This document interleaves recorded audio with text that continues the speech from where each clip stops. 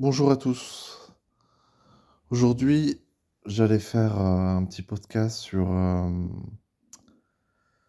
une réflexion sur l'incarnation, la réincarnation, ce que nous expérimentons dans la matière, on va dire les choix que nous faisons chacun de nous impactent notre réalité au quotidien. Et vis-à-vis de ça,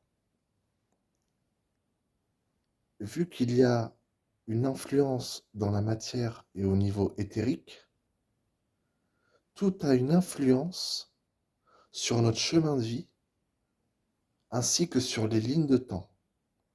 Donc forcément, la vie, c'est que des choix.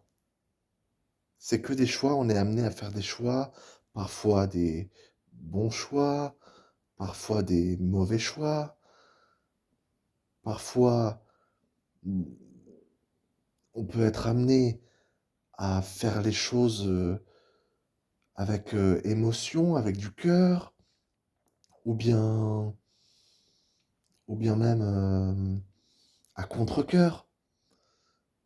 Mais l'importance de cette expérience que chaque personne, même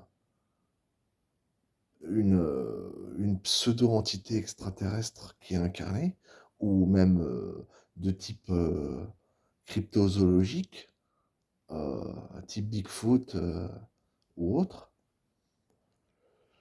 n'importe, parce que, à mon sens, même au niveau végétal, minéral, tout est énergie. Donc forcément, nous, en tant qu'êtres humains,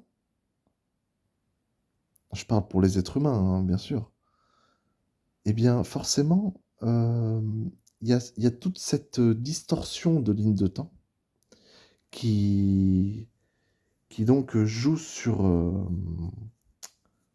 le chemin de vie, forcément. Et donc, vis-à-vis de nos actes, parce qu'il y a une loi de cause à effet. Je parle pas forcément de karma ou de choses comme ça. Je veux juste dire, une loi de cause à effet. Forcément, ça impacte dans nos choix, dans nos actes, dans nos pensées, dans nos émotions. Toute cette, énergie récoltée, ce qu'on nomme le louche, hein, comme disait Robert Monroe, et bah, forcément, on est des piles électriques. On est des batteries externes, mais comme, le Wi-Fi, mais d'une manière invisible. Et quand on dit que nous sommes, donc, comme moi je dis aussi, dans voilà, une sorte de matrice holographique, c'est un peu subjectif, mais c'est réellement concret parce que vis-à-vis de, notre incarnation, eh bien, on remarque que nous sommes comme dans un poulailler ou dans un bétail, du bétail dans une grange, voilà, dans un enclos. Mais nous sommes clairement, voilà, des esclaves créés en pâturage pour de la ressource non seulement énergétique, mais aussi bien physique, comme spirituelle, comme matérielle, comme tout. Vraiment vraiment nous, inconsciemment ou consciemment pour certains, ça dépend à plusieurs niveaux en fait, mais nous dépendons de ce système. Et s'affranchir de ce système et de ce statut d'esclave, parce que on nous le montre dans des films comme, par exemple, Chicken Run. C'est un film d'animation où toutes les poules, il y a un coq, ils essayent de s'échapper du poulailler, voilà, ils savent qu'ils vont être mangés. Bon voilà, c'est ça, hein. Il y a beaucoup d'images d'ailleurs qui le disent.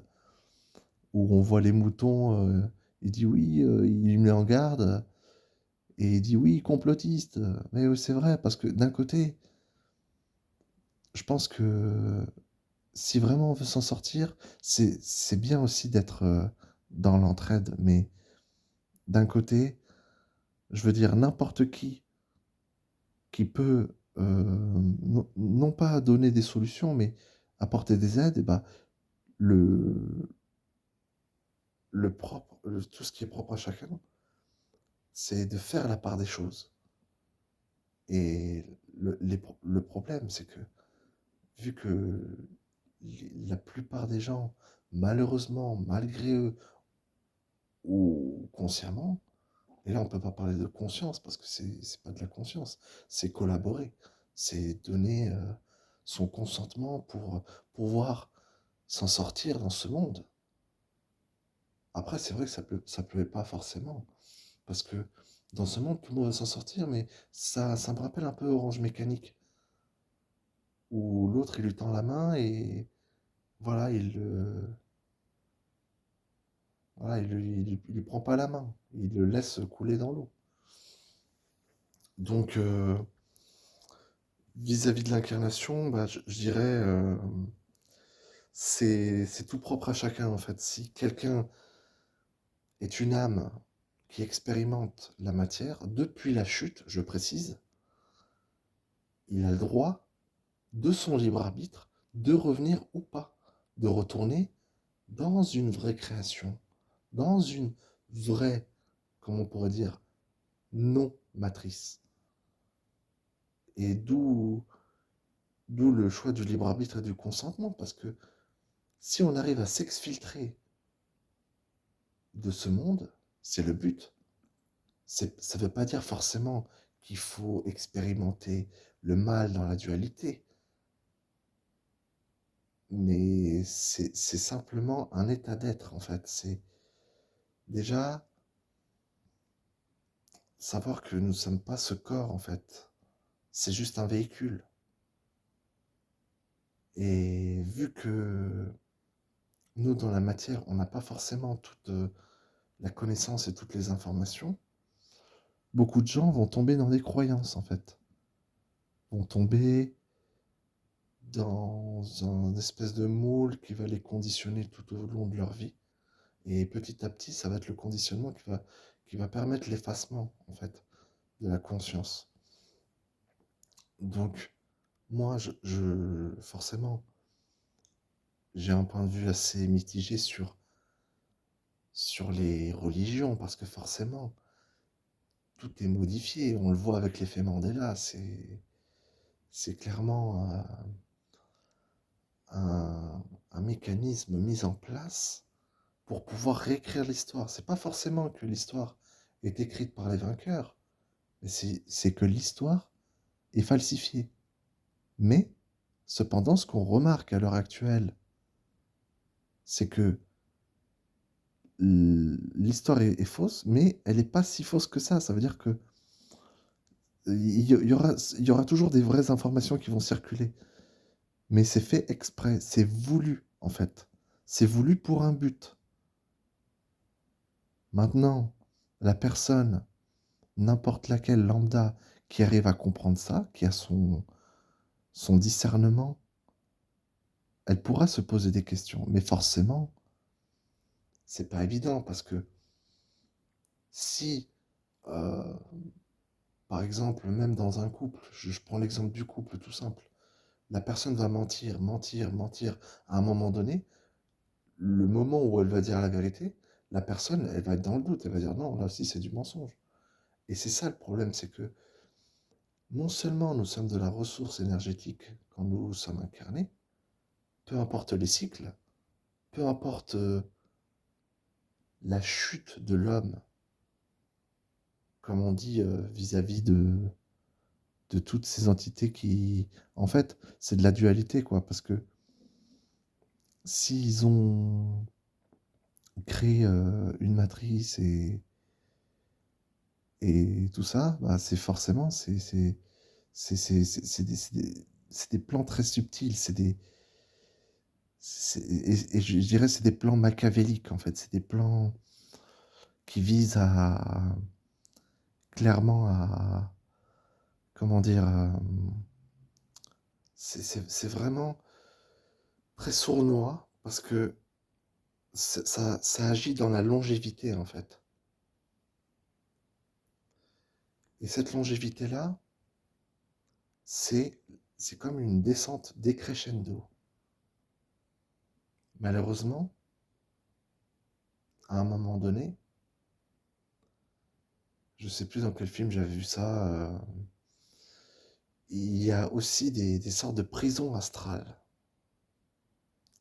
pour les âmes, voilà, en perdition, en fait, et vis-à-vis ce que dit, Paul Ponceau, c'est pas forcément, vis-à-vis de l'IA, parce que l'IA, ça a été généré par ces entités, donc dépourvues de toute connexion divine, mais c'est plutôt des des, des boucles, à mon sens, et ce n'est pas une croyance, hein, c'est vraiment quelque chose, qui est vérifiable tout au long des décennies, en fait. C'est que l'histoire se répète, en fait, elle se répète sans cesse. Mais en se répétant sans cesse, ça permet au jeu de dualité de la matrice de s'alimenter. Et si Chaos il y a, ce sera vraiment dans un futur pas si lointain, mais la matrice arrive à se reconstruire. Malheureusement, tout devient de plus en plus inorganique. Donc forcément, moins d'êtres humains. Mais cependant, les êtres humains, ils continuent toujours de se reproduire autant. Et il y a toujours aussi des nouveau-nés non déclarés et des infiltrés dans ce monde, peu importe qui ils soient.